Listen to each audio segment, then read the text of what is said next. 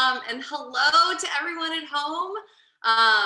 Melissa and I can't see you, but I trust that you are very excited about what Melissa has in store for us this evening.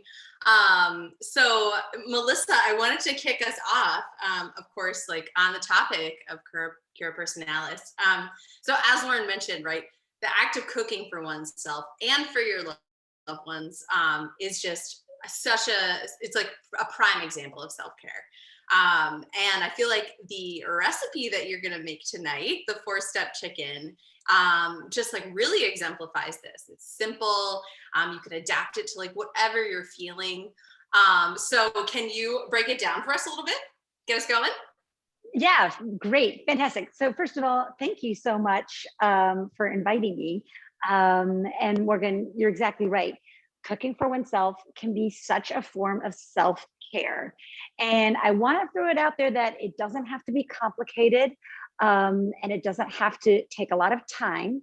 But I also want to throw out on the other side of the equation that just pausing for a moment to lean into ingredients and the great gifts of this earth can be a really grounding and lovely experience if we are just aware of it.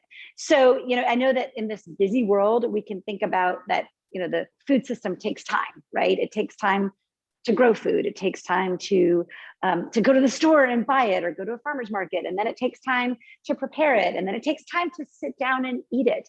And I would just like to throw out there the idea that perhaps this time that it takes is not a flaw of this system, but perhaps a feature of the system. And that perhaps it's an invitation into self-care and to connecting with ourselves and connecting with our ingredients. And of course, with food, we know that food also connects us to each other. So I want to throw out those two pieces. One, it doesn't have to take a lot of time. And two, sometimes that time might be a gift. So I want to start there. And then I want to tell you about Fourstep chicken. So are we ready to dive into Fourstep chicken? I think so. Okay, great. First, so I don't know if we've got people who are cooking along, but this is going to be something that we can cook live. And that's the kind of recipe that I like, that it's super flexible, that I can use different ingredients that I have around the house. And it doesn't take a lot of time and still feels like I'm taking care of myself and I can eat healthy, inexpensively, according to the seasons and according to what I'm in the mood for.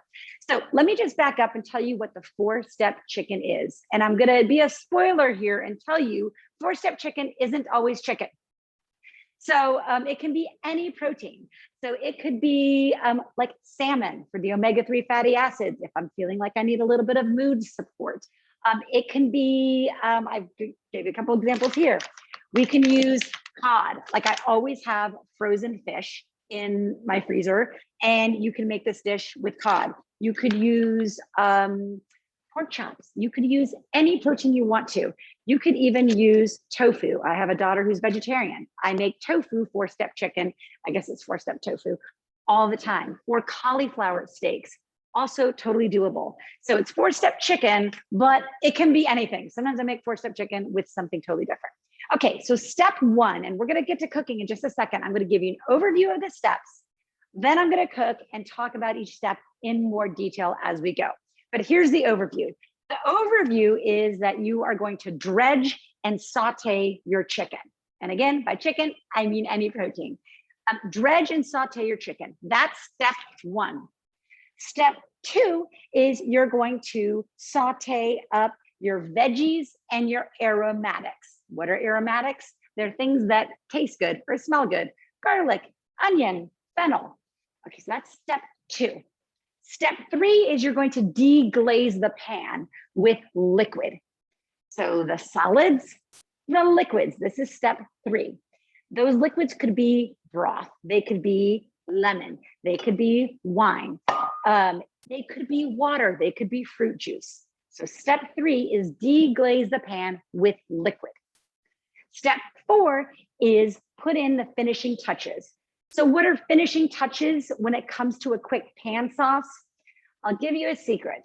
The secret is for me to lean into a little bit of fat and creaminess. So for that, it's maybe a dab of sour cream or heavy cream. It's a little bit of butter. But it could also be just something to be almost like a garnish. It could be artichoke hearts that give a little bit of flavor and tang and texture. And if you don't want to go in the fat route, whisk in a spoonful of mustard, and that can also finish the sauce. So finish the sauce is step 4. I'm going to get step 1 started right now so we can see how fast it goes, but we can also get the chicken cooking. Now, I'm going to go over here, but I'm going to be right back. So stay right here because I want to talk about some options here. So if you are cooking along at home, now is the time to heat up your pan and get a little bit of oil or butter in it and get your chicken going. So I'm going to do that and I'm going to be right back. Hold on.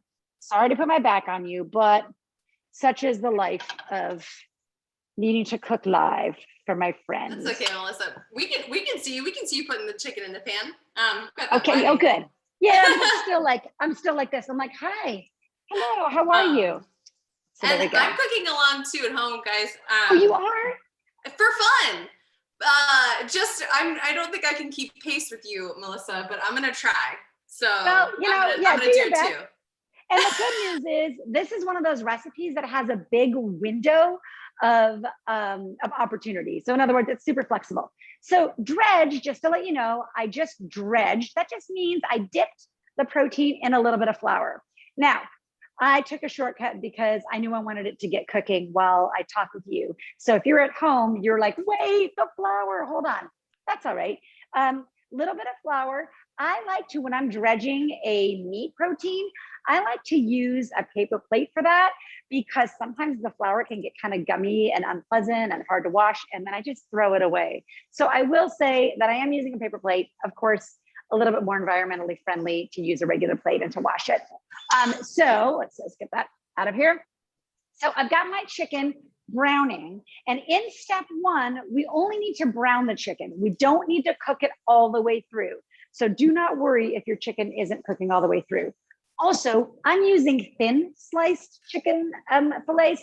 Yours might be thicker, in which case, of course, you're going to need to cook them a bit longer. So we're going to brown the chicken, and the flour was just salt, pepper, flour. If you want to put in some dried herbs, that's also a great opportunity to do that there. So whether it's fish, tofu, or cauliflower, or pork chops, or some thin steaks, all of this is dredge and saute, and that is step 1. What I would love to do is go through and give you some options and just talk a little bit about step 2, 3, and 4. And then we're going to go over and do them once the chicken is cooked through. But I didn't know if there were some questions that were sort of coming through that we wanted to include in, because that would be a great time to answer them. And I'm just going to check on chicken, but I'm also listening. Yeah, absolutely. Yeah. So Melissa, you mentioned earlier, how the time that's needed to cook, can be seen as such a gift. And one of those ways that I tend to look at that is taking a chance to really like honor your food, whatever that might mean to different people. Like what I do is I thank the plants as I harvest things from them, whether it's like a tomato or like rosemary. So what's a way that you like to honor your food? Oh, I love that you bring that up, because I think that when I talk about the invitation into patience a little bit with food, it's an invitation into honoring our food. And even if that's just taking a moment before we eat.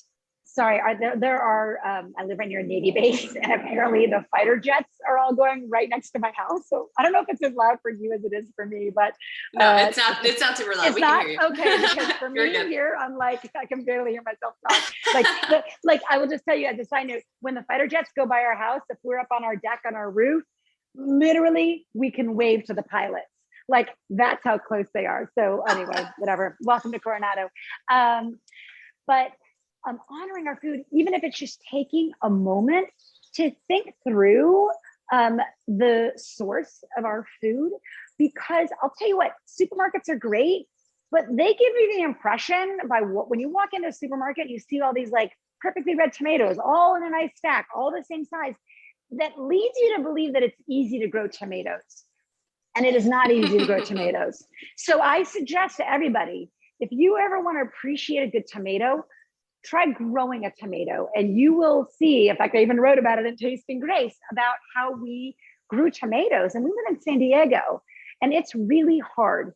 So taking that moment, that time, can be part of that.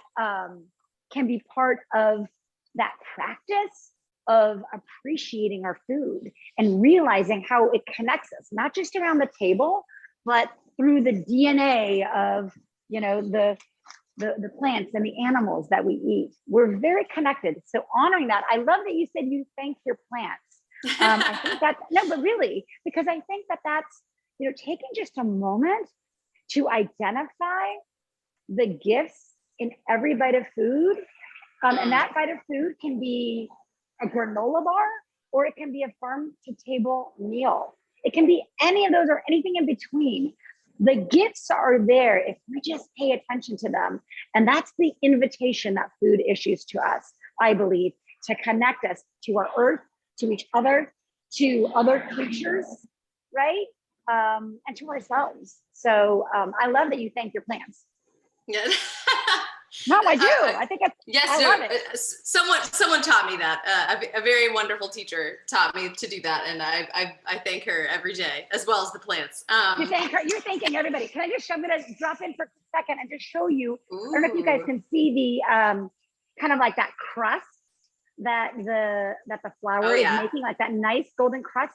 So that's going to give you texture, but that's also going to grip onto the little sauce that you're going to make. And that flour, see the bits of flour at the bottom of the pan? Those bits of flour are going to help create a little bit of a sauce and a little bit of body to that sauce. It's not going to be a thick sauce or a copious sauce, but it's just going to give a little bit of body to hold on to that flavor. So that's what you're looking for, a nice crust, and then go ahead and flip it. Yeah, it's already looking delicious. Well, on the subject of growing food, Melissa, we had talked about, how fun it is, right, to grow your own food, and how that also relates to kids growing their own food, and what a joy that is, and growing food and cooking with it, whether that means like a pot on your window, like on your windowsill, or space outside. So do you have any fun stories to share about cooking with your kids or growing food with your kids? Yes, well, yes and yes. But I love this idea of growing the food and like the story of us trying to grow tomatoes. But there's growing food, growing anything requires, what I love about it is it reminds us that we really can plant and water things, but it's nature, it's God, there's required a natural involvement to transform the seed. And so when we grow food, we are forced into this conversation with nature. And I think that's the value of it, right? Is we realize how sort of small we are and how dependent we are on nature. But we're also involved in this back and forth, right? This grows a little bit, but got this raw. So let's, maybe water it a little bit more, maybe a little bit less. We need to prune it. We need to, and to be in conversation with nature and have that in our food system is, that's truly self-care, isn't it? So I think that's the big value of growing food. I'm going to jump to step 2 because I see our chicken is ready to go. And what I'm going to do is, I think I'm going. I'm going to finish here, and then we'll move over there in a second. So step 1, if you just joined us, it's the dredge and saute the chicken, or as a reminder. Step 2 is going to be the aromatics and the veggies. So what you're going to do is you're going to pull the chicken out of the pan and set it on a plate. And it may not be all the way cooked through. Mine probably is because it's so thinly sliced, but it may not be all the way cooked through. That's okay. Just put it into a pan, and then you're gonna add in the veggies and the aromatics. And aromatics being, again, the onion, the garlic, the fennel, the whatever.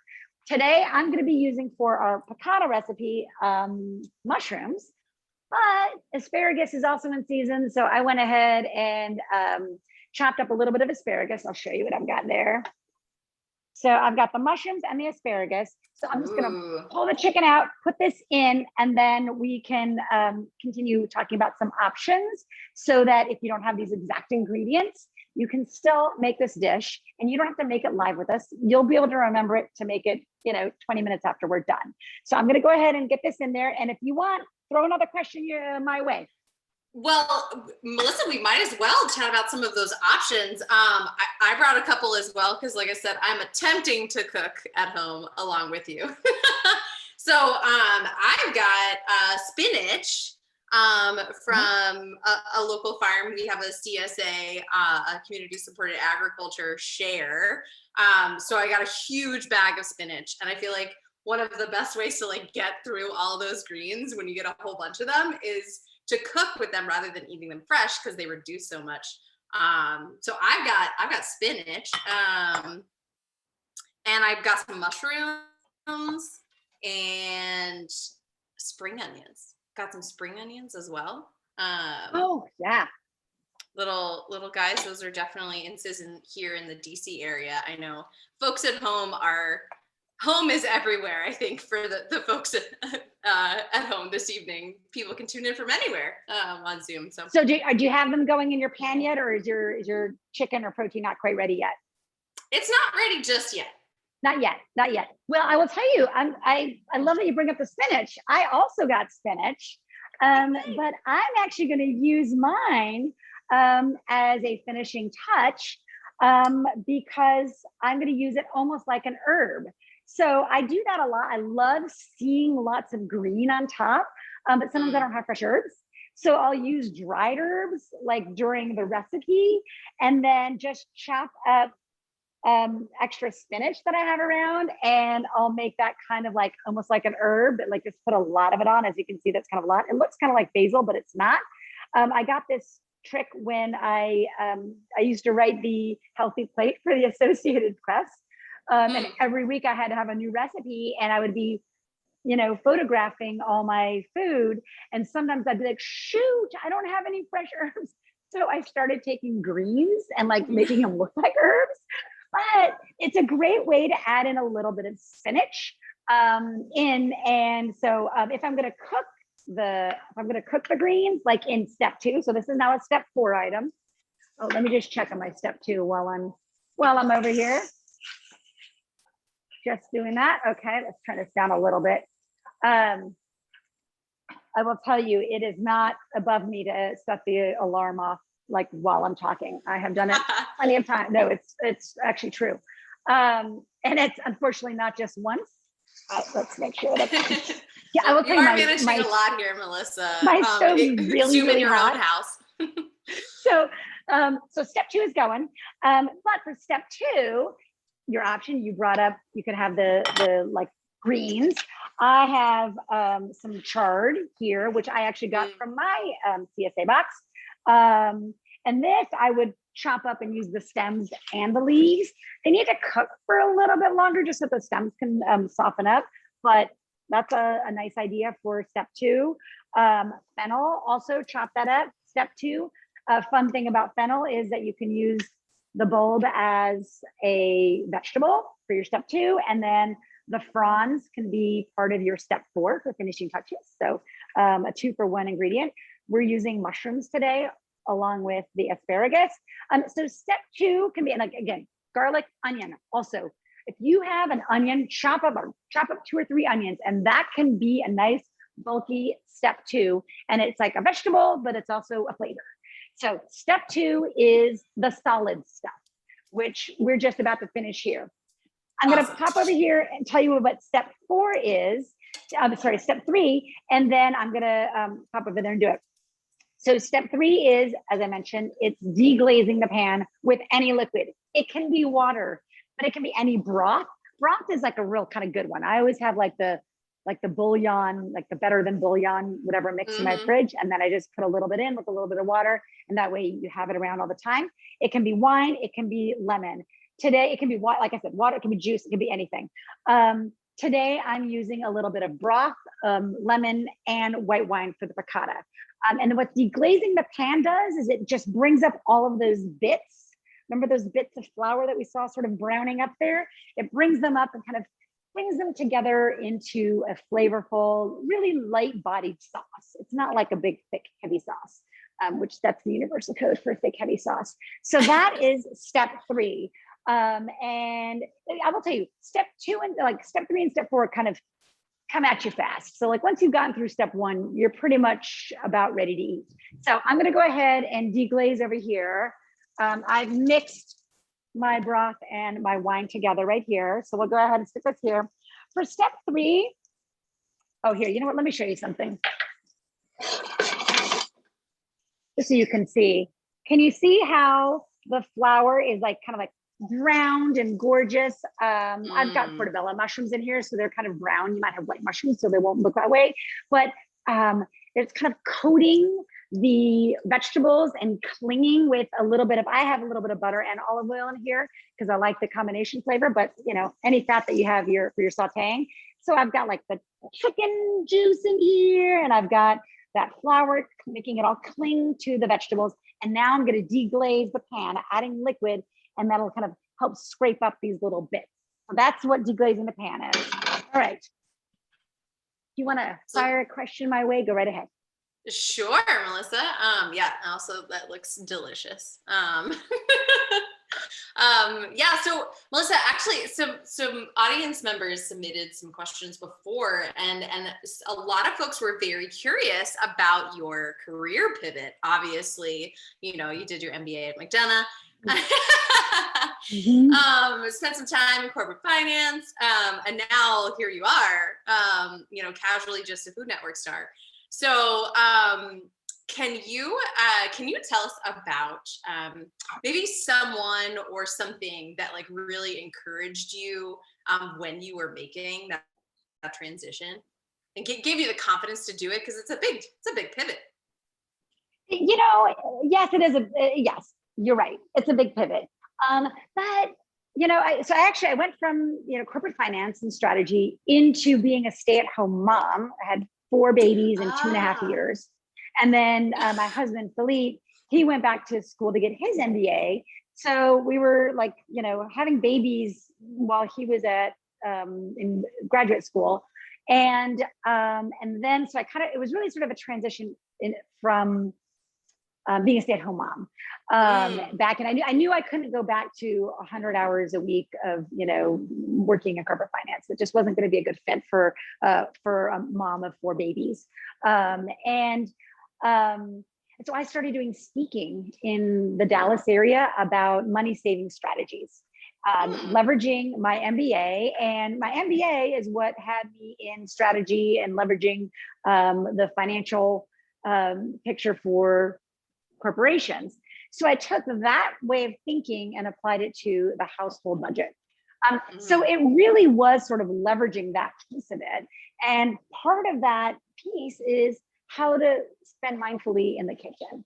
And so that's what kind of got me started talking about food and saving money in the kitchen, was really from my MBA piece. And I will tell you, when I went and did Food Network Star, the one thing that I kept leaning on was, what do I have here that no one else has? Like, I know I'm not the best chef. Like, I mean, the truth of the matter is, if you've gone to culinary school and you've been cooking for 16 years and you've opened 7 restaurants, if your knife skills aren't better than mine, then you kind of suck. So of course my knife skills aren't going to be the best. I mean, that's a done deal. So I kind of let that go and leaned into, I was like, I have 2 things. One is, I have an MBA from Georgetown, which, by the way, at the time was called Goomba. But anyway. I didn't know that. Oh, you know? GUMBA. Yeah, anyway. Okay. Goomba. So I'm like, first of all, I have an MBA. So I can have a conversation about marketing and how we're going to position this, this show. And I could, one of the judges was the SVP, of programming. So I could talk with him about programming ideas.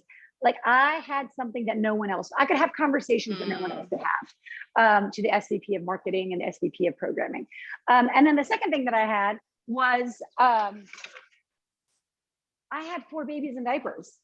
So I knew what it was like to get dinner on the table when the world is screaming. And so I knew I had that. And so I leaned into that. And I thought, I'm going to be, I'm going to be the best person for the smart MBA mom who can be really strategic about how she goes grocery shopping and how she manages a family life. And so if they are looking for that, I'm the undisputed winner here. If I'm looking for someone with the best knife skills, then I'm not the winner, right? Then I'm just not. And that's fine, right? I do not mind losing in a game where I'm not the best, right? What I mind is if I'm doing it right, I'm playing the game where I am the winner. And that's how I approached Next Food Network Stars. So that's how I made that pivot. So Georgetown, it wasn't really just an abandonment of the MBA to go and be on TV at all. No, It was a strategic shift and taking what it is that I am good at and saying, hey, listen, and learning how to present that. So that's the pivot. I'm going to switch to step 4 for a second, please. And then we'll take another question. And I love it because like you asked me a question, I'll be like, okay, let's set the food aside and let's talk. So as you can tell, Morgan's like, I have caught up and I have served my dinner. We've eaten it. We're on dessert. No way. And you're still on step 3. Okay, I'm so that still was on step 2. Okay, great. I deglaze the pan with liquids. All right. Step 4 is to finish the sauce. Now it's a little bit vague because what does that mean? Finish the sauce, right? Well, it's vague because it can be a lot of things. It can be, sprinkle on some herbs or sprinkle on some spinach that you'll put tender herbs. Also fine. Adding a little bit of fat. I love fat will help bring the sauce together. Which, by the way, if you're ever cooking something and you taste it and you're like, something is missing, there are probably two places to look. One is, did you salt it enough? And 2 is, did you add fat?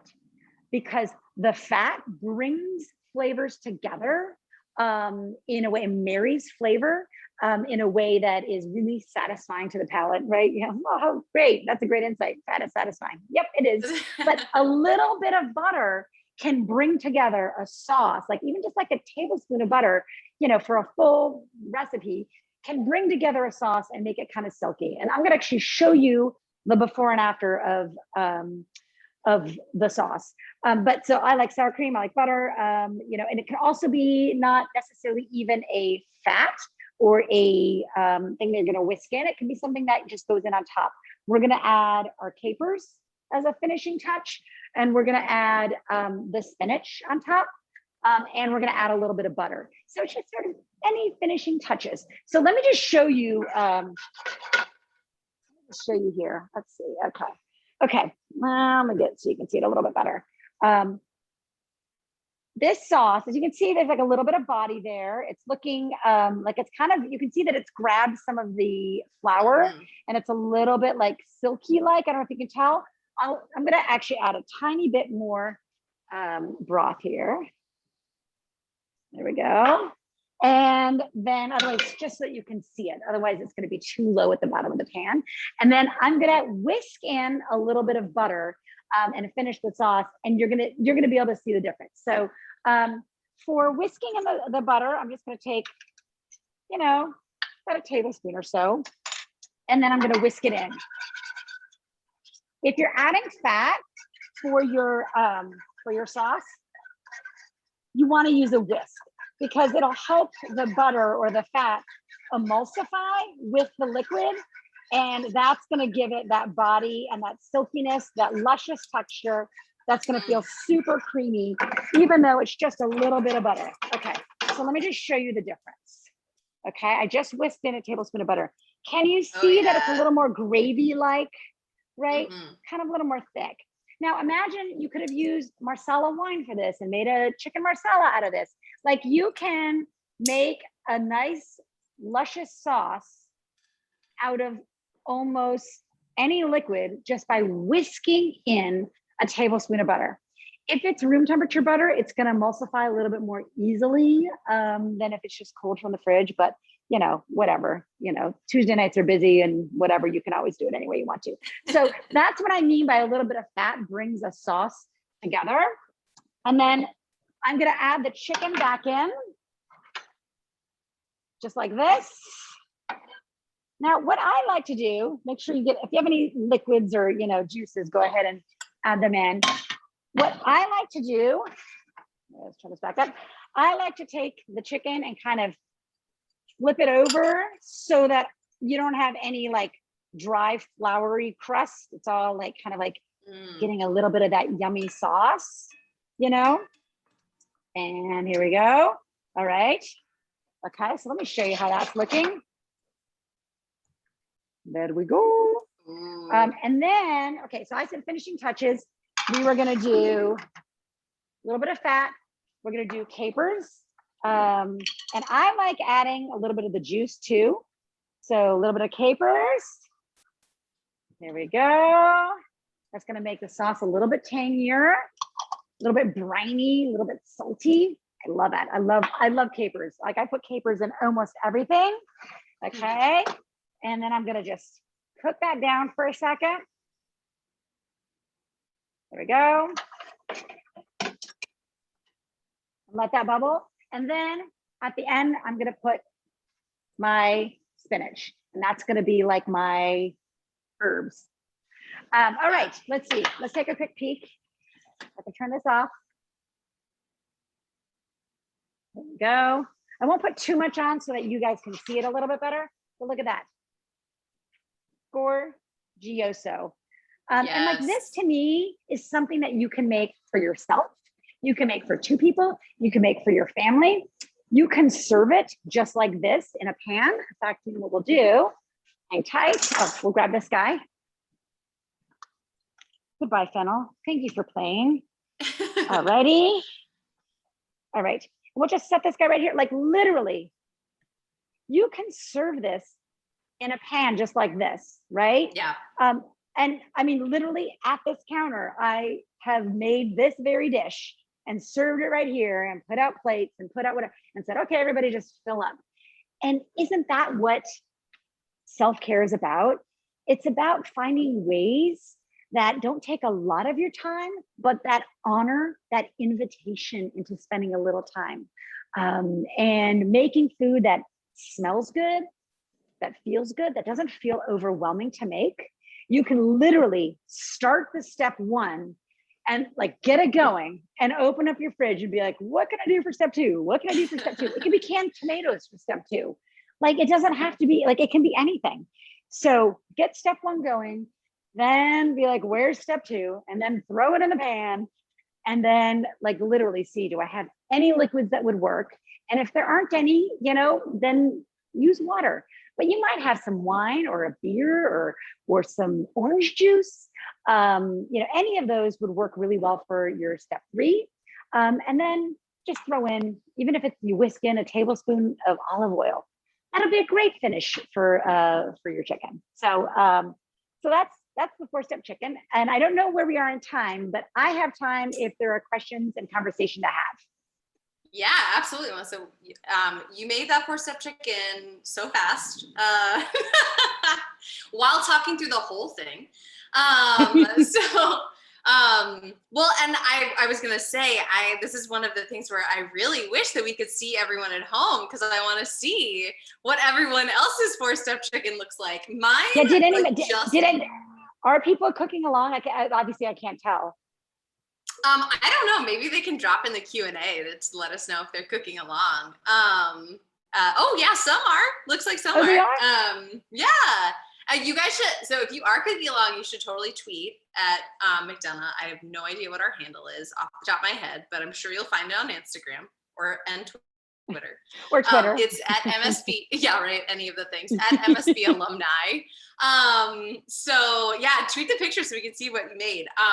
One of the cool things, Melissa, I loved that you had spinach as one of the finishing touches, and I had chosen it as, you know, the vegetable, right? Sort of like in the place that it was in step 2, right? For the asparagus. Mm-hmm. You know, like I love the way that you can take this recipe and really adapt it to whatever is going on. Whether that means whatever's growing outside or whatever you have, you know, in your fridge. One of the things that I brought for for the finishing touches is pea shoots, which are like poppin' right now. I also eat these like fresh as salad. They're so good. And like just being able to like put that out on the countertop, the table, and like have something green and fresh on top for then like you and your loved ones to enjoy. Like it's such a beautiful thing.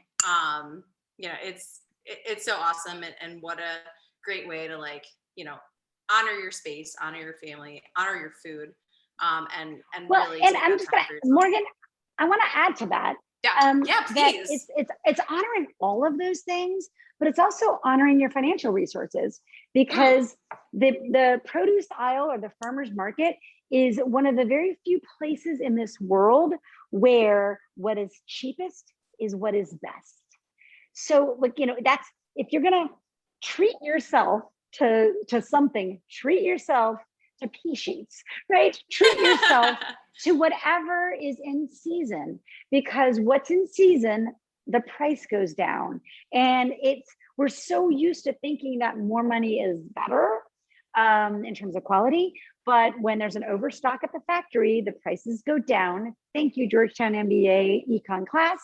And the factory is Mother Nature. And so what a great place not only to honor your body, your health, your family, and self-care, and bringing in all of these mood supporting nutrients, but it's also how you're going to save money. So I wanted to throw that out there, because I will always be the $10 dinner lady for a very good reason. Yeah. Awesome. Well, so I'm getting some fun questions from folks at home. So, of course, people also want to hear about your new book.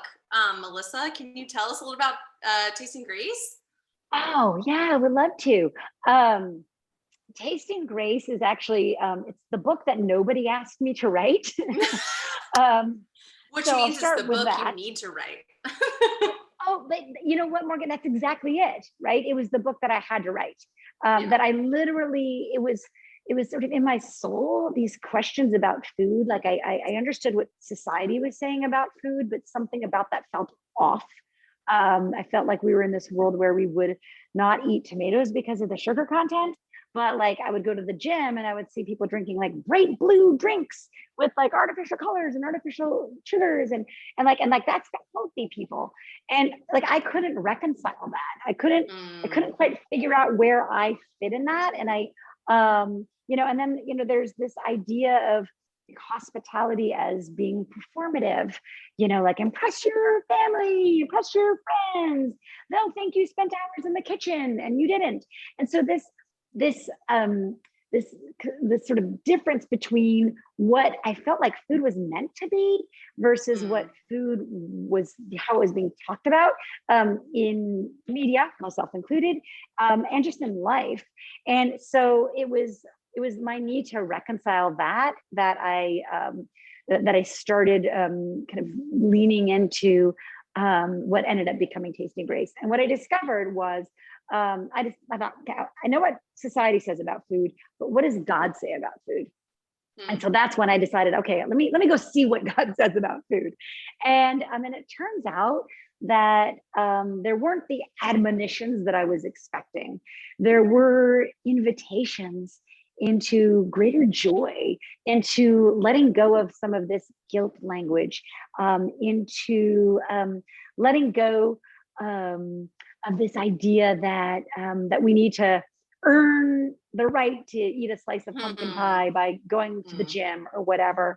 So it was really in that spirit, and that I wrote Tasting Grace, and I found these invitations that food issues us. And so I wrote about them. So I wrote about 16 of those invitations. There are more, but I wrote about 16 invitations that I discovered when I really leaned into what does God want with food and us. And it turns out what God has to say about food and what society is saying about food are really quite different. They're really quite different. And the good news is that that we didn't have to kind of come out of that being the food police. It really was a gentle invitation into joy. So that's what led me to write Tasting Grace. Awesome. Thanks for sharing that, Melissa. What a beautiful backstory to the book. You know, there's a lot of different ways you can have a relationship with food, and I love that you were, you know, focusing in on one that like really spoke to you. That's really cool. Well, so let's see. I'm checking the chat. Also, if anybody has questions for Melissa, she's like right here. You can ask her anything. Well, maybe not anything. But we did someone. So Jack at home is asking, and I'm also curious about this too, about substituting. Like the little, you know, like bottled lemon juice for like regular lemon juice. Like I have both. I got some lemon juice from like a lemon, but like I had to go to the store to get that lemon. And I had a, you know, little bottle thing of lemon juice in the fridge. So is there a difference? What should we do? Well, listen, you know, sometimes we let perfect be, you know, the enemy of good, right? So do I prefer a lemon over bottled lemon juice? Yep, I do. And I would say I prefer it enough that I actually don't purchase the bottled lemon juice just because it'll go bad before I get a chance to use it, because lemons to me are a staple. But if they're not a staple for you and you don't have them around, then by golly, yeah, you know what?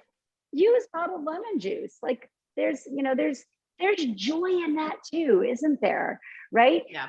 You know, when I said earlier that we can find the joy in the invitation in a bite of a granola bar, we can. You can find the joy of chicken piccata with bottled lemon juice. Like that's fine. I'm gonna take a second to tell a quick story.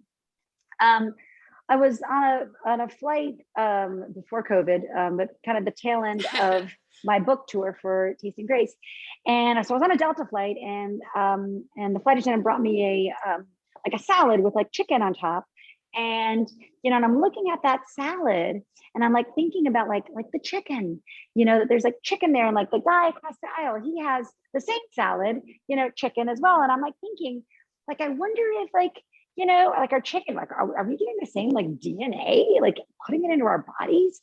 I would was our arugula, there was like some sort of like spicy, like arugula or spicy greens. I'm like, I wonder if they grew next to each other. Like I'm connected to this guy across the aisle, and like I'm eating this salad, and like the spicy greens were like really quite flavorful. And I thought, oh, what a nice choice that it wasn't just regular lettuce, which also would have been fine. But I thought, you know, I mean, and mind you, this is an airplane salad, and I'm like eating it. So I mean, it's not extraordinary, right? I mean, it's an airplane salad, and you know, and I'm like, as I'm eating that salad, I'm like, wow, the pepperiness. Oh, I wonder, like the earth that we're maybe sharing, and then like there was like tomato pieces, and like they were pretty red, like they looked pretty good.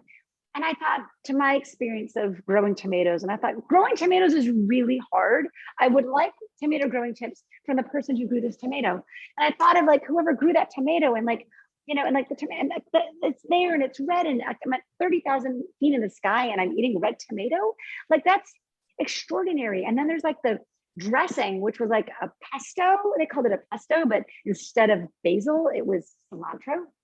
And I thought it was like this, like a really creative choice, I thought. And it was like a perfectly balanced dressing with like a little bit of lemon and a little bit of vinegar, which I love because they hit your tongue in different ways. And so I thought, ooh, whoever created this recipe, I'm always thinking like, who wrote the recipe? Because I'm always writing recipes. I'm thinking of the person who wrote that recipe, and I'm like connected to them, and they've, I'm sure, moved on from this salad dressing recipe, but I'm thinking of them on the ground, like doing it. And like the flight attendant comes and like asks me for, what do I want to drink? And I'm like, I'll just have a club soda, thanks. And she's, oh, do you want a lemon? I'm like, oh, that would be great. Thank you. We just have this like little connection.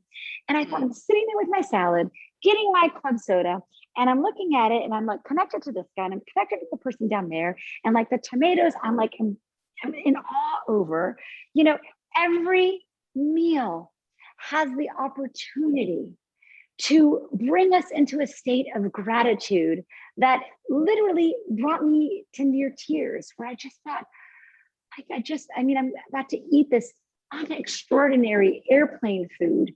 And yet every invitation that food is issuing to us, I could find in that salad if I just had a moment where I was stuck on an airplane for 4 hours with nothing else to do but to think about my tomato salad. But that's the point, right? We can find that anywhere. So to answer your question, do I think you can find that joy in bottled lemon juice? I do. I think so. Yeah, absolutely. Gosh, I love that story, Melissa.